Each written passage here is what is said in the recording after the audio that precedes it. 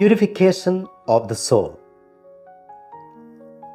Welcome back to our series on Introduction to Devout Life by St. Francis de Sales. In the last episode, we talked about the universal call to devotion and how it's for everyone, regardless of our state in life. And today, we will be diving deeper into a crucial first step in the devout life, the purification of the soul. Before we can truly live in devotion to God, we need to rid ourselves of the obstacles that stand in the way. Let's explore what St. Francis says about this journey of purification. The need for purification. St. Francis de Sales tells us that when we first feel drawn to live a devout life, our souls are often cluttered with attachments to sin, distractions, and unhealthy desires. These attachments weigh us down and prevent us from giving ourselves fully to God. He explains that just as a building needs a strong foundation, our spiritual life needs to be built on a clean and pure soul. Purification is about removing these obstacles and making room for God's grace to take root in our hearts. For us religious, whether priests, nuns, or seminarians, this process is even more important. Our ministries and daily lives are meant to reflect the love of Christ, and that can only happen if we ourselves are purified from the distractions and attachments that separate us from the Lord, purifying from mortal and venial sin. St. Francis de Sales divides purification into two main categories: purifying ourselves from mortal sin and purifying ourselves from venial sin and unhealthy attachments. Step 1. Mortal sin. First, let's talk about mortal sin. This is the most serious type of sin, and it severs our relationship with God. If we have fallen into mortal sin, the first step in our purification is to seek God's mercy through the sacrament of confession. St. Francis de Sales emphasizes that we cannot truly begin our spiritual journey until we are freed from mortal sin, which creates a barrier between us and God. Confession not only cleanses us from sin, but also strengthens us with grace to resist future temptations. It is an essential part of purification, especially for those in religious life who are called to live in a state of grace. Step 2.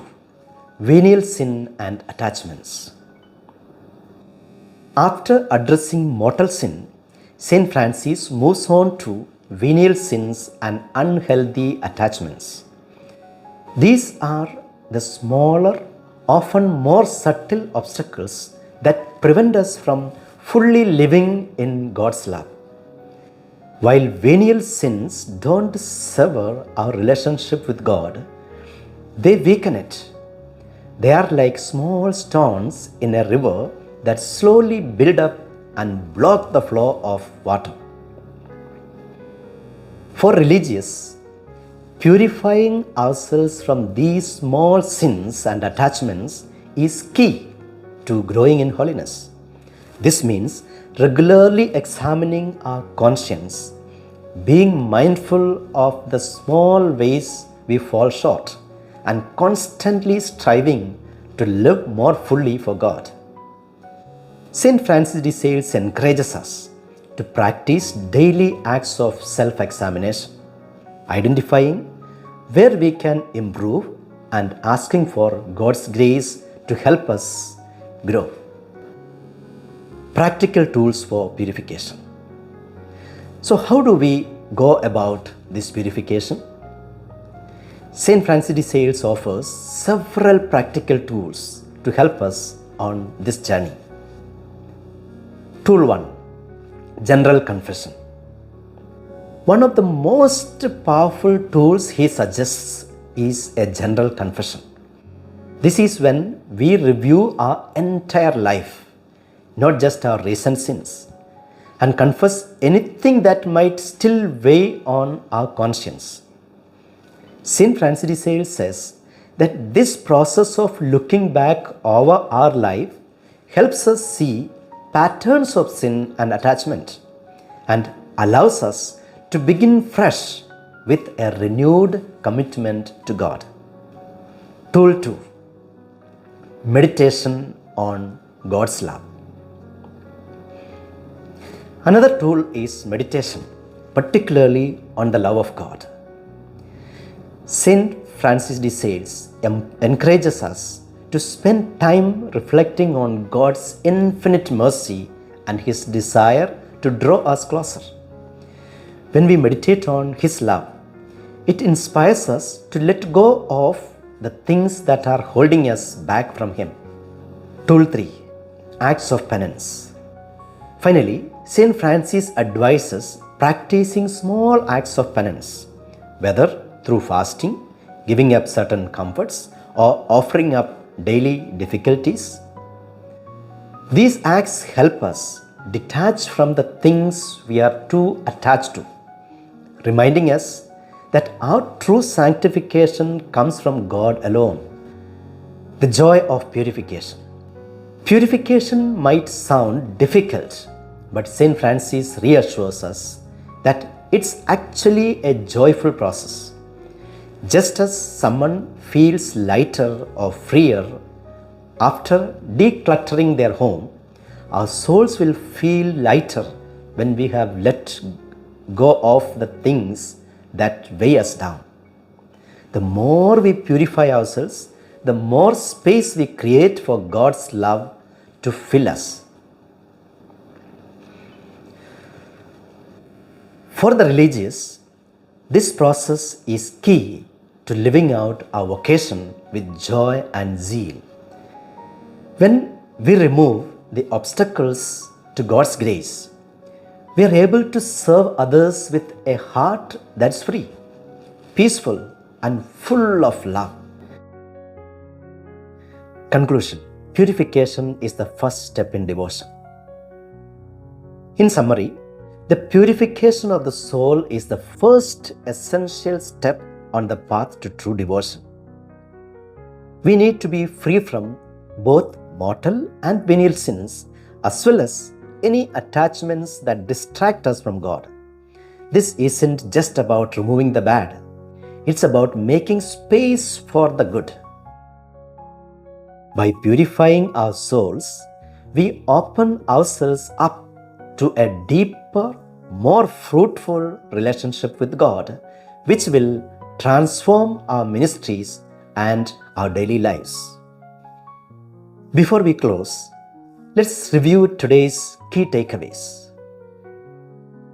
Number 1, purification is essential.